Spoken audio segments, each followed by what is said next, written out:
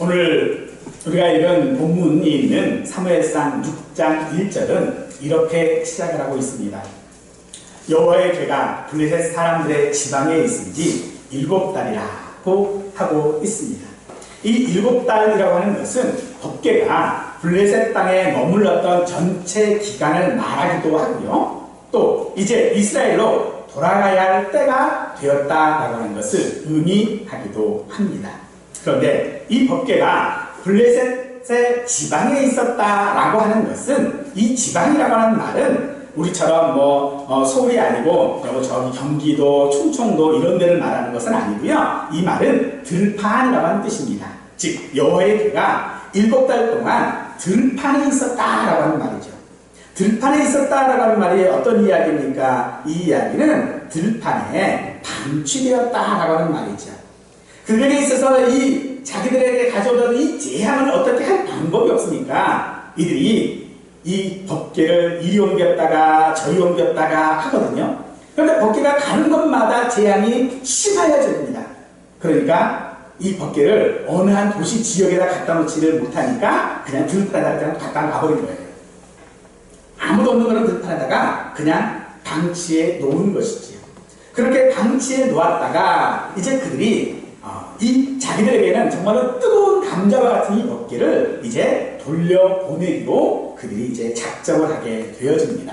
그 돌려보내는 방법들을 보니까 새 수레를 하나 만들고 멍에를 메어본 일이 없는 이제 막 새끼를 낳은 암소 2마리를 택하여 법궤와 그리고 금쥐 형상 5개, 금 독종 모양 5개를 상자에 담아서 돌려보내기로 하는데, 이 소를 인도할 인도자가 없이 그저 이 소가 어떻게 가는지를 지켜보기로 합니다.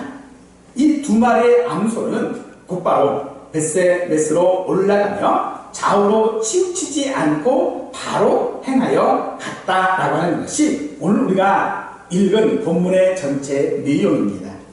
이 벳세메스라고 하는 곳은요, 에블론에서 약 한 14km 정도 떨어져 있는 성읍으로서 레위 지파의 고핫 자손이 거주하는 곳입니다. 즉 고핫 자손이 거주하는 곳이다 라고 한다는 얘기는 이 벳세메스가 하나의 도피성일 뿐만 아니라 이 고핫 자손이 있는 곳은, 이 고핫 자손이 어떤 일을 하는 사람이냐면 성소의 기물을 어깨에 메어 옮기는 일을 했던 사람들입니다. 그러므로 벳세메스 사람들은 밭에서 일하다가 이 법궤가 돌아오는 것을 보고 기뻐하여서 이 법궤를 끌고 왔던 암소와 그리고 그 수레의 나무를 이용하여 하나님 앞에 번제 제사를 드리고 잔치를 했습니다. 그러던 중에 이 법궤 안이 궁금했던 사람들이 이 법궤를 열어보고 그 안을 들여다보다가 70명이 목숨을 잃게 되었던 것이 오늘 본문의 이야기지요. 이 때문에 아론의 직계 후손들이 거주하고 있었던 기럇 여아림으로 이 법궤를 옮기게 되었고, 이후 다윗이 예루살렘으로 법궤를 옮기기까지 20년 동안 아비나답의 아들 엘리아살의 집에 방치되어 있다가 이스라엘 사람들에게서의 관심이 전혀 사라져버리는, 이스라엘 사람들이 이 법궤에 대하여서는 그냥 다 잊어버리는 그런 일들이 있게 되어지지요. 오늘 본문은 그런 일련의 과정들 속에서 이 2마리의 암소가 좌로나 우로나 치우치지 않고 똑바로 행하여 벳세메스로 갔다라고 하는 것을 강조하면서 오늘 우리가 하나님께 그처럼 좌로나 우로나 치우치지 아니하고 순종해야 한다라고 하는 것으로 우리에게 잘 알려진 이야기입니다만, 오늘 하나님께서는 우리에게 이렇게 순종하라고 그 순종을 가르치시기 위하여 오늘 이 사건을 성경에 기록하셨을까요? 오늘 저는 본문을 중심으로 해서 우리 사람들이 가지는 2가지의 어리석음을 지적해보고자 합니다. 먼저는 하나님의 섭리를 인정하지 않으려고 하는 어리석음입니다. 블레셋 사람들은 애굽에 내린 재앙과 자신들이 받은 그 재앙이 동일하다라고 하는 것을 그들이 그 재앙이라고 하는 단어를 사용하고 또 그들에게 마음을 완악하게 하지 마라 라고 하는 경고를 통하여서 그것이 하나님께로부터 온 재앙인 것을 그들 스스로 인정했습니다. 그들은 이 법궤가 가는 그 경계까지 따라가면서 만일에 있을 것을 대비하고자 하는 의도도 그들에게는 있었지만 그들은 그 재앙의 원인이 하나님께 있음을 끝까지 인정하지 않았던 것이죠. 즉 그들은 그들 스스로 하나님 앞에 영광을 돌려야 한다라고 말하면서도 그들은 그들 스스로 완악하게 하고 있다는 것입니다. 5절에 보니 너희는 너희의 독한 종기의 형상과 땅을 해롭게 하는 주의 형상을 만들어 이스라엘 신께 영광을 돌리라 라고 말하고 있습니다만 그들은 이런 반응, 하나씩 이스라엘 신께 영광을 돌리는 이것이 하나님의 일하심에 대한 올바른 반응이 아니라는 것입니다. 즉 하나님은 두려워하는 것이 아니라 하나님을 무수하는 것이 아니라 하나님은 우리가 경외해야 하는 분이라는 것이지. 그러나 그들은 그것을 끝까지 인정하지 않았습니다. 그들은 그들 스스로의 마음을 완악하게 지금 하고 있는 것이지요. 오늘 우리 가운데서도 하나님의 섭리를 완악하게 하는 분들이 여러 있는 것들을 우리는 보게 되어집니다. 하나님의 역사하심이 분명히 드러났음에도 불구하고 그들은 그것을 인정하지 않는 사람들이 너무나도 많다는 것이죠. 하나님의 섭리를 인정하지 않는 그런 어리석음은요, 이 법궤를 돌려드리는 방법에서도 드러나고 있습니다. 수레를 끌도록 선택된 이 암소는 한 번도 멍에를 메어본 일이 없다라고 말하고 있지요. 그러니까 소가 태어나서 멍에를 메어본 적이 없어요. 그 소가 과연 수레를 끌 수 있을까요? 쉬운 얘기라면 전혀 길들여지지 않은 암소라는 거죠. 그 암소는 결코 수레를 끌 수 있는 사람이 끌 수 있는 어떤 능력이 없습니다. 더군다나 이 암소가 2마리예요.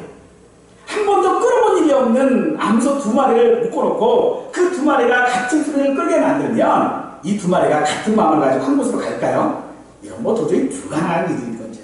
거기에다가 더 기가 막힌 것은요, 이 소를 그렇게 했으면 최소한도로 그 소의 고삐를 붙잡고 이 베스메스로 올라갈 수 있는 한 사람이 있어야죠. 끌고 갈 수 있는 사람이 있어야죠. 그런데 그 사람조차도 안 세웁니다. 그냥 둬버려요.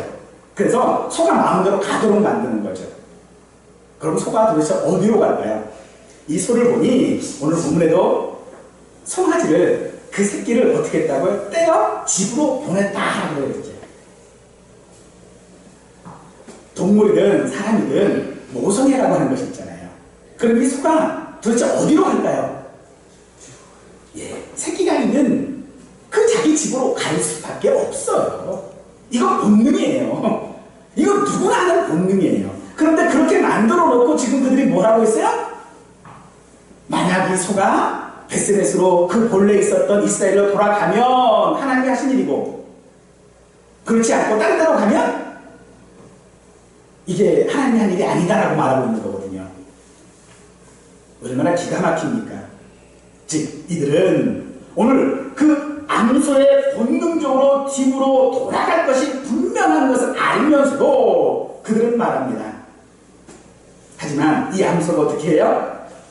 암소가 베스메스 길로 바로 향하여 대로로 갈 때에 울고 좌우로 치우치지 아니하였다라고 기록하고 있습니다. 그들이 이렇게 한 것은 그들 스스로 어떤 일을 하고자 원하는 것입니까? 무엇을 하고자 원하십니까? 9절 말씀에 그 괴가 그 본 지역들로 올라가서 베스메스로 가면 이 큰 재앙은 그가 우리에게 내린 것이요 그렇지 아니하면 우리를 친 것이 그의 손이 아니요 우연히 당한 것인 줄 알리라. 우연함이라는 것이다. 지금 그들이 이렇게 그런 의도를 가지고 암소를 택하고 새 수레를 만들고 2마리를 함께 수레를 끌도록 만든 것이 무엇입니까? 암소의 본능을 이용해서 하나님의 그 역사하신 하나님의 그 섭리를 인정하고 싶지 않은 것입니다. 그냥 그쪽을 그냥 겨냥하고 있는 거예요. 이렇게 되나 저렇게 되나 한번 점쳐보자라고 하는 것도 아니고 아니면 어떤 결과가 일어나 한번 지켜보자라는 것도 아니고요. 그냥 하나님이 하신 것이 아니다라는 것으로 그들은 몰아가고 있는 겁니다. 지금.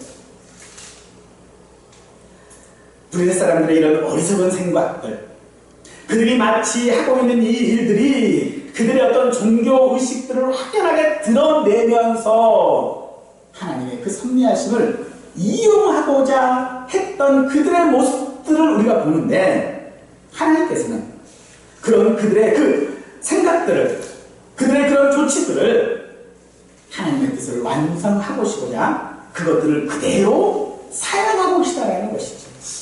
그렇기 때문에 이 암손은 울며 베스메스로 똑바로 올라갔던 것입니다. 참으로 대단히 놀라운 이야기가 아니겠습니까? 사람들은 자기 스스로 하나님의 그 섭리하심을 인정하지 않으려고 힘쓰고 노력하고 애썼습니다. 그들의 말로는 이스라엘의 신께 영광을 돌리자라고 하면서도 그들 스스로의 마음대로 완악하게 함으로 말미암아 하나님의 섭리하심을 인정하지 않았죠. 오늘 우리의 신앙은 어떻습니까? 오늘 우리의 믿음은 어떤 믿음입니까? 과연 나는 하나님께서 나를 구원하셨다라고 하는 그 믿음들을 온전하게 가지고 있습니까? 그렇지 못하다고 바울은 우리에게 말합니다. 고린도전서 1장 21절 말씀을 보니까 이렇게 이야기하고 계십니다. 하나님의 지혜에 있어서는 이 세상이 자기 지혜로 하나님을 알지 못하므로 하나님께서 전도에 미련한 것으로 믿는 자들을 구원하시기를 기뻐하셨다라고 말하고 있습니다. 사람들의 생각에 어리석음이 구원에도 드러난다는 것입니다. 미련한 방법을 통해서 구원하신다는 것입니다. 여기서 미련한 방법은 어떤 방법입니까? 하나님의 방법이 아니라 사람의 방법이에요. 사람이 생각했을 때에 저건 정말 미련한 거야. 저건 정말 어리석은 거야.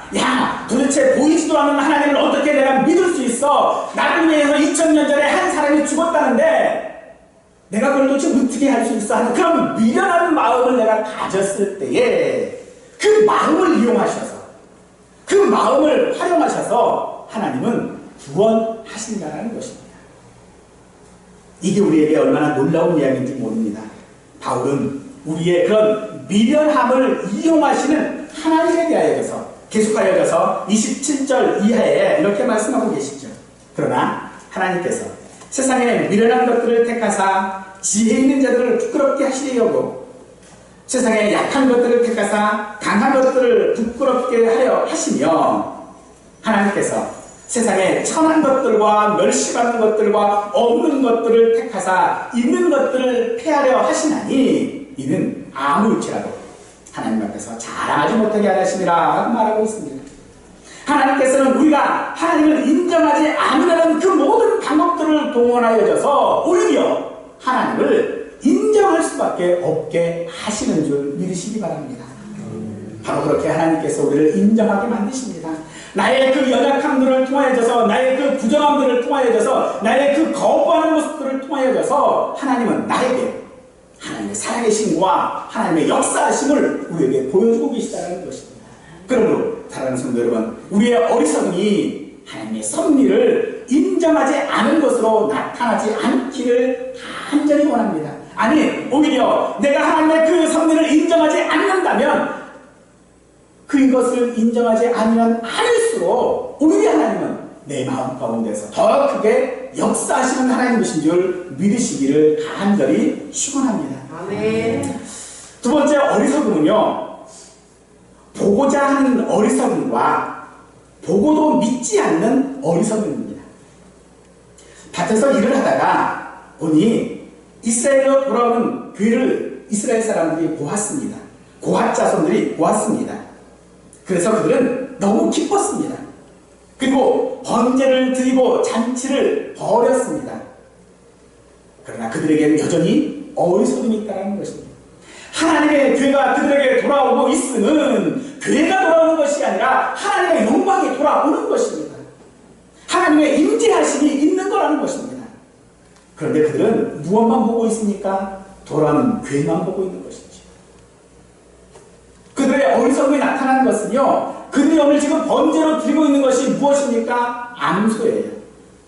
근데 하나님께서 번제 드리실 때에 반드시 이 번제에는요 지정해 놓으셨어요. 암소가 아니라 숫소를 드려야 합니다. 숫소를 드려야 하는 것으로 반드시 다 규정해 놓고 있거든요. 그것이 하나님의 임재라고 하는 것을 상징한다라고 하는 것을 그들이 모를 일이 없었다라는 것이죠. 그러나 그들은 그저 자기 눈앞에 보이는 그 교회가 돌아왔음을 그저 기뻐하고 즐거워하고 있을 뿐입니다. 정말로 우리가 기뻐하고 즐거워해야 되는 것은 교회가 돌아온 것이 아니라 하나님께서 이스라엘을 다시 영광 가운데 돌아오셨다라는 것을 보아야 하는 것입니다. 그러므로 사랑하는 성도 여러분, 오늘 우리가 보아야 될, 우리 믿음 가운데 보아야 될 것이 무엇입니까? 내가 믿었기 때문에 이런 일들이 있고, 내가 믿었기 때문에 어떤 것을 내가 얻었다, 복을 받았다라고 하는 것이 아니라 내가 믿음을 통하여서 하나님을 보셔야 한다는 것입니다. 내 현상을 보지 말아야 하는 것입니다. 내 앞에 놓여져 있는 어떤 현상들을 보시고 그것이 하나님이 있다라고 하지 않기를 간절히 축원드립니다. 또 하나, 그들은요 그 법궤가 너무나도 궁금했던 모양입니다. 이게 7개월 동안 방치되었던 법궤잖아요. 원래는 법궤는요 상중으로 이렇게 감싸져 있습니다. 아주 두꺼운 성막과 또 천과 이런 걸로 다 감싸져 있었는데, 이게 다 이제 가죽이나 뭐 이런 걸로 다 만들어진 것들이거든요. 그럼 그게 그냥 이 들판에다 그냥 방치되어 있으면 어떨까요? 햇빛 받지요, 빛 쏟아지지요, 아침에는 춥지요, 저녁에는 춥지요, 낮에는 덥지요. 그러면 이게 어떻게 될까요? 네, 다 사가버릴 것 같아요. 아마 그랬을 것 같아요. 그래서 이게 다 사가가지고 떨어져 버리니까 어떻게 나와 있어요? 법궤만 그냥 딱 나와 있는 거죠. 그러니까 얼마든지 이 법궤의 뚜껑을 열 수가 있었겠죠. 그래서 그들이 이 법궤의 뚜껑을 열어서 그 안을 들여다 보게 되어지죠. 그 안에 있는 것이 무엇입니까? 법궤 안에 들어져 있는 것은 말씀을 상징하는 십계명이 새겨진 두 돌판이 있었고요. 하나님의 인도를 상징하는 아론의 지팡이가 있었고, 그리고 하나님의 그 일용할 양식 가운데 모든 것들을 공급해 주신다라고 하는 상징을 하는 만나 항아리가 들어 있었습니다.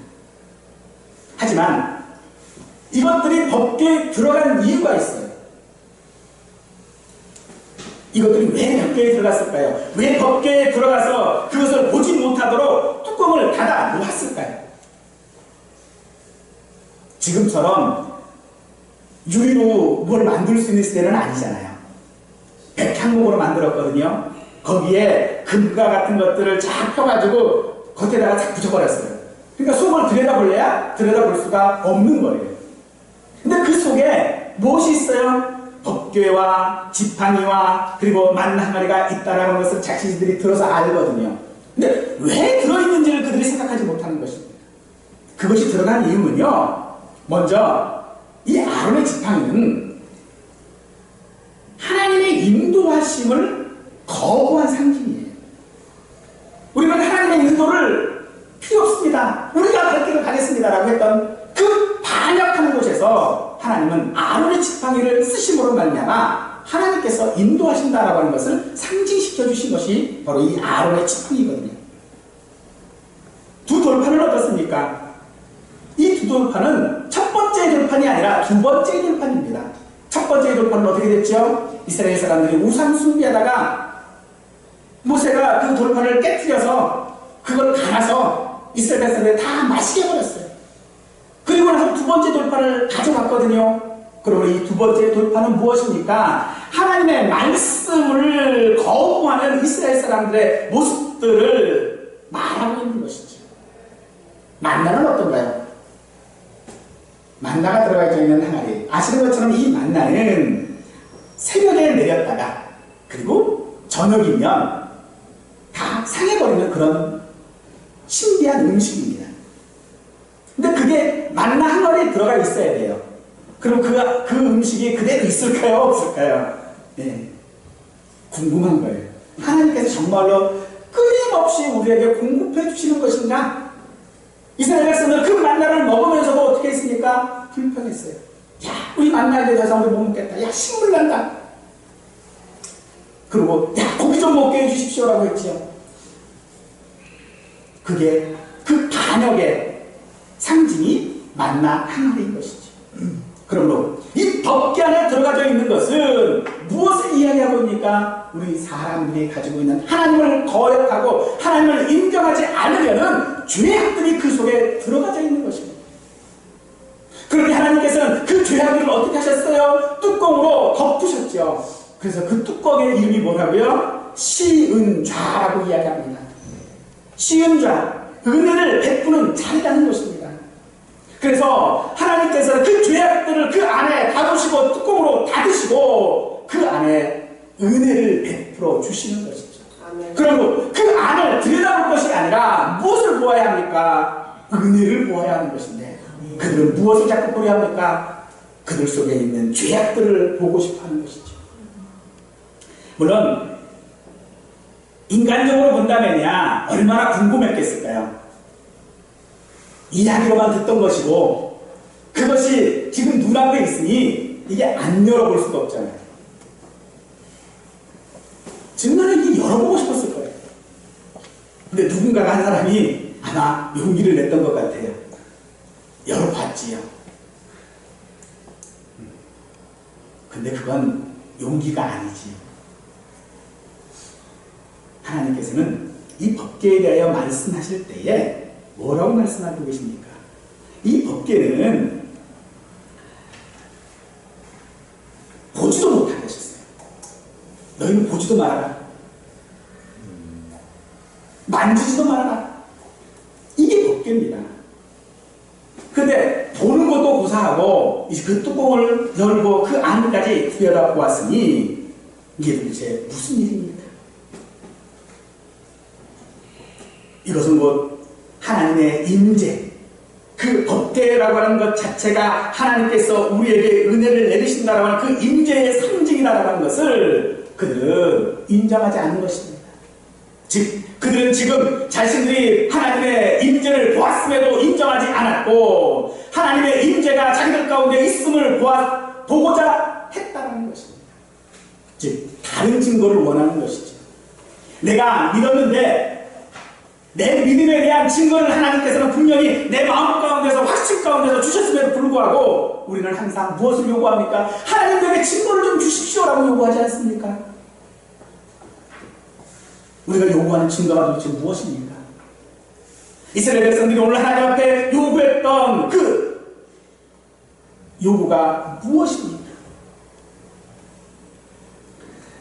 하나님의 임재를 인정하지 않기 위하여 그들은 말하고 있습니다. 그저 그들에게 있어서의 하나님의 위엄이나 하나님의 존엄하심이 아니라 하나님이 내게 이익이 되느냐 복을 주시느냐가 그들에게는 중요한 것이지 그들의 모든 삶 가운데서 주인 되신 하나님이신 것을 그들은 인정하지 않고 있는 것이죠. 하나님을 자기 의도대로 말하고 자기 의도대로 써먹으려 하고 자기의 생각을 마치 하나님의 생각인 양 포도하는 것입니다. 오늘날도 믿는 사람들 가운데에 그 일을 해내는 사람들이 얼마나 많이 있는지 모릅니다. 하나님의 이름으로 자신의 주장을 하는 것. 이 일이 열거하기도 민망할 정도로 오늘 우리 가운데 많이 있음을 고백할 수밖에 없습니다. 이것이 비단 그런 사람들 뿐입니까? 그렇지 않을 것입니다. 오늘 저나 우리 모든 성도들 역시도 하나님의 그 살아계심과 하나님께서 나를 구원하셨다는 하는 그 역사를 우리는 다른 증거를 자꾸 요구하고 있지 않습니까? 하나님 내게 복 주십시오. 이게 하나님께서 나를 구원하신 증거입니다. 하나님 내 기도에 응답해 주십시오. 이게 하나님께서 나를 사랑하신다는 증거 아닙니까? 라고 우리는 말하고 있지 않습니까? 그렇다면 오늘 우리도 이 베스메스의 고압 자손들과 다를 것이 없을 것이며 블레셋 사람들이 이스라엘의 신께 영광을 돌리자라고 외쳤던 그들과 다를 것이 없을 것입니다. 그러므로 겉으로 보기에 블레셋 사람들이 하나님께 영광을 돌리고 있음과 또 그들이 그 괴가 본래 있었던 곳으로 돌아가기를 원했던 것은 자기들에게 그것이 해악이기 때문이었던 것이지. 자기들에게 그것이 좋은 것이 아니었기 때문에 돌려가기를 원했던 것입니다. 이스라엘도 마찬가지입니다. 그들 역시도 마땅히 있어야 할 하나님의 자리, 마땅히 괴가 있어야 될 하나님의 그 이스라엘 가운데 있으셔야 할 그 괴가 제자리에 있지 못했습니다. 이스라엘 가운데 그 괴가 있어야 되며 이스라엘 가운데 하나님이 있어야 됨에도 불구하고 그들은 하나님 앞에 있어야 될 그 자리를 그들은 거부하고 있는 것이지. 20절에서 그들은 이렇게 얘기합니다. 이 거룩하신 하나님 여호와 앞에 누가 능히 서리요? 이것은요 그들의 한탄입니다. 하나님 앞에 서기를 거부하는 모습이라는 것입니다. 여호와의 괴가 그들 앞에 있었습니다. 여호와의 임재가 그들에게 있었음에도 불구하고 그들은 그 괴를 어디로 옮겨버립니까? 다른 곳으로 옮기기를 원하고 있는 것이지. 블레셋 사람들이나 우리나 또 베스메스 사람들이나 법궤는 그들에게 기륭 화복을 원하는 어리석음의 상징일 수밖에 없는 것입니다. 오히려 우리의 믿음이라고 하는 것이 아니 우리가 하나님 앞에 기도하여 응답받는 기도의 제목들이 오히려 우리에게는 우리의 어리석음을 나타내어지는 상징일 수 있다는 것입니다. 그들은 겉모습들 가운데는 종교적인 모습들을 가졌습니다. 그들은 서로 합의하여져서 공식적인 어떤 것들, 형식들을 쫓아서 무슨 일을 하고자 했습니다만 그들의 속 안에는 하나님을 경외함이 아니라 하나님의 놀라운 그 선물을 인정하는 것이 아니라 인정하지 않으려고 하는 노력들이 오히려 그 속에 담겨져 있다는 것이죠. 그것은 블레셋 사람들이 속건제를 드려서 돌아가게 해야 한다라고 하는 말 속에도 포함되어져 있습니다. 속건제라고 하는 것은요, 어떤 누구에게 어떤 손해를 입혔을 때에 그 손해에 대한 보상 제도를 속건제라고 이야기를 합니다. 내가 이 사람에게 잘못해가지고 소 한 마리를 죽이면 그 소 한 마리의 값에 5분의 1을 더하여져서 변상해줘야 되는 것이 속건제입니다. 근데 그런 속건제를 그들이 드릴 때에 그 의도가 무엇인가 봤더니 3절에 보니 병도 낫고 그의 손을 우리에게서 옮기지 아니하는 이유도 알리라 라고 하는 의도를 가지고 했다라는 것이죠. 그래서 그들은 만든 게 뭐죠? 금쥐, 쥐예요. 쥐 모양을 금으로 만들었어요. 거기에 독종 뭐죠? 우리 종기 모양이죠. 이 종기 나는 모양을 금으로 만들어가지고 그거를 각 지방, 그러니까 블레셋의 대표적인 지방이 5지방이니까 각 지방에 한 개씩 해서 5개를 만들었어요. 그들 그것을 만든 이유가 왜 그랬을까요? 왜 하필 쥐 모양을 만들었고 독종 모양을 만들었을까요? 그들에게 나온 그것들이 쥐로 인한 것이다 라고 하는 것을 그들이 알았던 것입니다. 그래서 우리가 어떤 병들을 치료할 때에 보면 동종요법이라고 하는 것을 쓸 때가 있습니다. 동종요법이라는 건 뭐냐면요, 원인을 이용하여 치료하는 방법을 동종요법이라고 얘기를 해요. 즉 우리가 어떤 그 예방주사 맞을 때 보면 그 예방주사가 뭐예요? 싸우는 게 아니라 오히려 바이러스를 넣는 거잖아요. 감기 바이러스면 감기 바이러스를 거기다가 넣어서 오히려 항체를 만드는 것이잖아요. 그게 동종요법이거든요. 이들이 지금 쥐의 형상과 종기의 형상을 만들어서 지금 하나님 앞에 속건제를 드리고자 했던 이유는 그것을 인하여져서 자기들의 어떤 것들을 치유하고자 했던 것이에요. 하나님의 놀라운 역사가 아니라 하나님의 역사를 보고 있는 것이 아니라는 것입니다. 그러므로 지금 블레셋이 지금 집중하고 있는 것은 뭡니까? 자기들에게 있는 그 독종들이에요. 자기들에게 있는 그 쥐와 독종에 집중하고 있는 것입니다. 반대로 이스라엘은 법궤 안에 관심을 가지고 있습니다. 법궤 안에 지금 뭐가 있을까? 그들이 관심 가져야 되는 것은 법궤가 아닌 것이죠. 그들이 정말로 관심 가져야 될 것은 가치 있는 것에 관심을 가져야 하는데 그들은 아주 작은 그래서 그것에 집중하다 보니 하나님은 어디로 사라져버리고 없는 거예요. 그들은 자기에게 닥쳐져 있는 그 환난을 집중함으로 말미암아 20년 동안이나 하나님이 어디 계신지 법궤가 어디 있는지 잊어버리고 말았던 것입니다. 오늘 우리가 가지고 있는 믿음이라고 하는 가치가 어디에 있어 있습니까? 그것은 주님께서 내게 새 생명을 주신 것이거든요. 그러나 오늘 그 믿음의 가치를 우리는 어디에서 찾으려고 합니까? 응답되어지는 것들, 내가 잘 먹고 잘 사는 것들, 내 자녀들이 잘 되는 것들, 내가 치료받는 것들, 이런 것들을 통하여서 내 믿음의 가치를 인정받으려고 한다는 것입니다. 그러면 그것에만 집중하기 때문에 나를 위해 역사하시는, 나를 위하여 섭리하시는 그 하나님의 놀라운 은혜들은 다 사라져버리고 마는 것이라는 것입니다. 사랑하는 여러분, 우리가 보아야 할 것은 하나님이십니다. 아멘. 우리 앞에 놓인 문제가 아니라 그 문제 가운데 섭리하시는 하나님을 보아야 한다는 것입니다. 아멘. 그 문제 너머에 역사하시는 하나님을 보아야 한다는 것입니다. 여러분, 내 앞에 있는 문제에 집중하지 않으시기를 원합니다. 아멘. 내 앞에 있는 문제가 아니라 그 문제 너머에 역사하시는 하나님을 우리 눈으로 보실 수 있고 만지실 수 있기를 다시 한번 축원드립니다. 누가복음 18장에 보면 한 맹인이 등장을 합니다. 그 맹인이 예수님과 제자들이 나타났다라고 하는 소리를 듣게 됩니다. 그러자 마치 기차 화통을 삶아보는 것처럼 소리를 치지요. 나사렛 예수여, 나사렛 예수여, 소리를 칩니다. 얼마나 시끄러웠는지 사람들이 야, 좀 조용히 좀 해라. 예수님과 예수님의 제자들이 나타났을 그때는 이게 어느 한 지역 뭐 어디 집 안에 있었던 것이 아니라 거리에 있었거든요. 그러니 사람들이 얼마나 많이 모였을까요?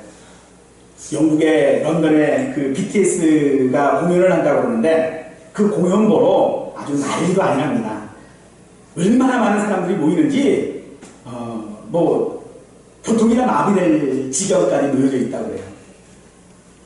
그 속에서 떠든다고 해보십시다. 그냥 어느 정도 소리를 가지고 떠든다고 해가지고 그 소리가 들리나요? 안 들려요. 그런데 이 맹인은 얼마나 소리를 쳤는지 사람들이 다 집중을 합니다. 맹인에게. 그때 예수님은 그 맹인에게 물으시죠. 내게 무엇 하여 주기를 원하느냐? 맹인은 주저함 없이 이야기합니다. 보기를 원하나이다. 참으로 이 맹인이 보기를 원했던 것이 무엇입니까? 눈 뜨는 것입니까? 아닙니다. 43절에 보니 이렇게 이야기하고 있습니다. 곧 보게 되어 하나님께 영광을 돌리며 예수를 따르니라고 되어져 있습니다. 즉 이 맹인이 보기를 원했던 것은 자기의 눈을 떠서 사랑하는 가족을 보는 것이 아니라 예수님 보기를 원했던 것입니다. 오늘 우리는 무엇 보기를 원하고 계십니까? 내 앞에 놓인 영화를 보기를 원하십니까? 내 앞에서 보이지 아니하는 성공을 보기를 원하십니까? 이 맹인은 예수 그리스도를 보기를 원했던 것을 믿으시기 바랍니다. 오늘 우리가 참으로 소리치며 보아야 할 것은 나를 구원하신 하나님이시여 나를 위해 십자가에 죽으신 그 예수님을 우리가 보아야 한다는 것이죠. 사람들은 우연이라고 하는 것을 참 좋아합니다. 도대체 이 우연이라고 하는 것이 무엇입니까? 이것은 세상의 모든 일들을 사람의 이성의 범주 아래 두고 싶은 마음이 우연입니다. 즉 우연이란 이 사람의 범주, 이성의 범주 아래다가 딱 녹아서 내가 이해할 수 있는 거면 진리이고 내가 설명할 수 없는 일들, 우리의 이성의 범주 아래 놓긴 했으나 이게 설명이 안 돼요. 그럼 그걸 우리는 우연이라고 이야기를 합니다. 세상에 우연이란 없다라고 하면서도 무소부지하신 하나님을 사람들의 경험과 지식 속에 가두어 놓고 그것을 내가 이해하지 못하고 내 이성으로 설명되지 않으면 그것을 하나의 종교로 만들어 버립니다. 그래서 경건한 두려움이 아닌 하나님의 그 섭리를 우리 사람이 극복해야 할 어떤 장애물로 여긴다는 것입니다. 하나님께서 섭리하셨는데 그 섭리를 우연으로 지금 만드는 그 우연으로 말하고 싶은 것은요, 그게 나에게 있어서는 장애물이라는 거예요. 내가 성공으로 가지 못하는, 내가 어떤 영화로 가지 못하는 그것을 방해하는 어떤 장애물로 하나님의 섭리를 지금 말하는 것이 우연인 것입니다. 그러므로 사람들은요, 결코 이 이성을 포기하지 않습니다. 그리고 끊임없이 하나님의 그 섭리에서 벗어나고 싶어 하죠. 과연 우리가 하나님의 섭리 가운데서 벗어날 수 있습니까? 하나님에 대한 증거가 있어야 믿겠다라고 하는 사람들처럼 성도들 가운데도 확실한 증거가 있어야 내 믿음이 크게 이어지고 내 믿음이 확실해진다라고도 말합니다. 하지만 그런 사람들에게 초자연적인 기적이 일어난다 하더라도 그들은 또 다른 증거를 원할 것입니다. 블레셋 사람들이 마지막까지 그 경계까지 이 암소를 따라가면서 이스라엘 사람들이 어떻게 그 법궤를 맞이하고 잔치를 하고 했는지를 다 보았습니다. 그들에게는 마지막까지 하나님께서 증거를 보여주셨습니다. 하지만 그들은 돌아가서 무엇했습니까? 하나님을 섬기는 것이 아니라 여전히 자신들의 신을 섬겼습니다. 여전히 불신앙 가운데 현실만 보고 있는 것입니다. 눈에 보이는 것을 의지하는 것이 믿음이 아니라 증거가 없어도 우리에게는 믿음이 있어야 하는 것입니다. 눈에 보이는 것이 우리의 믿음의 증거가 아니라는 겁니다. 우리의 믿음의 증거는요, 눈에 보이지 않는 것입니다. 그래서 갈라디아서 6장 7절 말씀은 우리에게 이렇게 말씀하시죠. 스스로 속이지 말라. 하나님은 업신여김을 갖지 아니하시나니 사람이 무엇으로 심든지 그대로 거두리라 라고 말씀하십니다. 사람이 심으려고 하는 것이 무엇입니까? 이것은 바로 우연이라는 말로 혹은 인간적이라고 하는 감정과 자신들의 이성으로 통제할 수 있다라고 하는 것을 심고 싶어 한다는 것입니다. 값 없이 주시는 은혜를 받아들이지 못하는 것입니다. 그래도 무엇인가 내가 해야 하지 않는가? 염치가 없어서 하나님의 구원의 은혜를 받아들이지 못하는 것이 아니라 내 공적이 하나도 없다라고 하는 것을 인정하기 싫은 것입니다. 왜 우리가 예수 그리스도를 못 믿습니까? 내 공적이 없어서거든요. 누군가에게 당신이 구원 얻으려면 이것을 해야 됩니다 라고 말한다면 못할 사람이 있을까요? 나만 장군에게 그 부하가 이야기를 하죠. 만약 선지자가 당신에게 이러한 것들을 해야 한다라고 말했다면 당신이 그것을 하지 않겠습니까? 그런데 지금 당신에게 요구하는 것이 무엇입니까? 그저 강물에 몸 한번 담그는 것 뿐인데 왜 그것을 하지 못합니까? 라고 묻고 있죠. 오늘 우리의 믿음이 그와 같습니다. 주님께서 나를 사랑하시니 하나님께서 내게 구원 베푸시니 값 없는 것입니다. 내게 값을 요구하지 않으십니다. 그런데 우리는 그 값을 요구하지 않는 게 어디냐? 세상에 공짜가 어디냐? 그래서 무엇인가 내가 해야 할 일들을 찾는 것입니다. 그게 무엇입니까? 하나님의 그 은혜를 인정하지 않는 것, 그 은혜들을 싫어하는 것 아닙니까? 우리는 그렇게 기브 앤 테이크, 내가 어느 정도 줬으면 받아야 되고, 내가 받은 게 있으면 그래도 조금이라도 갚아야 된다 라고 하는 것이 인간적인 삶이다라고 생각합니다. 그것이 내가 사람으로서의 도리라고 생각합니다. 그러나 그것은 인간적인 것이 아닙니다. 그것은 우리가 가야 할 길이 아닙니다. 우리가 가야 할 길은 두 암소가 울며 갔던 길. 그들이 가고 싶어 간 길이 아니라는 것이잖아요. 울며 갔습니다. 왜 굳이 울었다라고 하는 이야기를 성경에다 기록해 놓고 있을까요? 우리가 하나님을 인정하는 것이 그만큼 쉽지 않다라는 것입니다. 그 하나님의 섭리 가운데에 그 하나님께서 붙들어 주신 것이 아니면 그 길을 갈 수가 없다라는 이야기입니다. 내 힘으로 갈 수 있는 것이 아니라는 것입니다. 내 본성은요, 항상 하나님을 거역하는 것들이라는 것입니다. 이것이 여전히 우리에게 있는 어리석음입니다. 예수님을 믿고 난 후에도 여전히 우리는 하나님의 인도를 거부하면서 말씀에 불순종하고 하나님의 공급이 아닌 세상의 힘에 의지하여 헛된 것들을 기도하고 있고 또 그것들을 인하여 기뻐하고 있는 것이 오늘 우리들의 모습이라면 그것이 이 두 암소보다도 못한 우리의 어리석음 아니겠습니까? 성도의 삶은 하나님의 인계를 통하여져서 오직 하나님의 그 인도하심과 말씀과 공급을 통해서만 우리는 살아갈 수 있습니다.